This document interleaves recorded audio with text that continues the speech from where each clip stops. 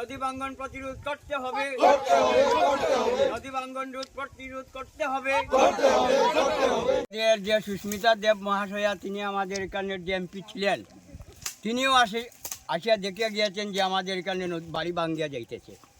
এখন সরাসরি স্পটে আইছেন, এবং আমাদের লোকাল এমএলএ তখন অমর জৈন মশাই তাইনও স্পটে। তারার কাছে এতটুকু করা সত্ত্বেও আজ পর্যন্ত কোনো নমুনার প্রতিকার হলো না। আজ পর্যন্ত আমাদের বাড়ি ভাঙ্গিয়া যাইতেছে, মানুষ একরকম, কত মানুষ উঠছে, দুই এখান থেকে সরিয়া গেছে। তো এই এরিয়াকে এরিয়া নাই,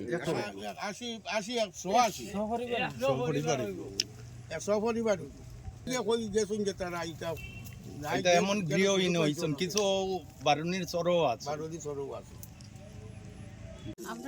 আমরা তো গরু ভাঙ্গিয়া নিচে গিয়া আমরা থাকার মতো কোনো উপায় নাই। এখানে তো এক পরিবার তারা এখান থেকে গেছেও গিয়া সরিয়া। এই আমরা সুস্মিতা দিয়া ইয়া দেখিয়া গেছেন, অমর জৈন আসলা তাইনও দেখিয়া গেছেন, কিন্তু কেউ তো এখনো মানে কিছু করছে না। ইয়া শুধু খালি দেখেও গেছে। সব আইলে পরে আমরা এখানে আইসি, তারারে কইছি, এমনি ফটো উঠিয়ে নিছে তারা বারবার, কিন্তু কেউ এখনো কোনো প্রতিকার করছে না। এখন আমরা অধিক মানে বাঙ্গনটা বন্ধ করিয়া দেওয়ার লাগে আমরা তো থাকতাম, ছেলে মেয়ে নিয়া থাকার তো আমরা অসুবিধা।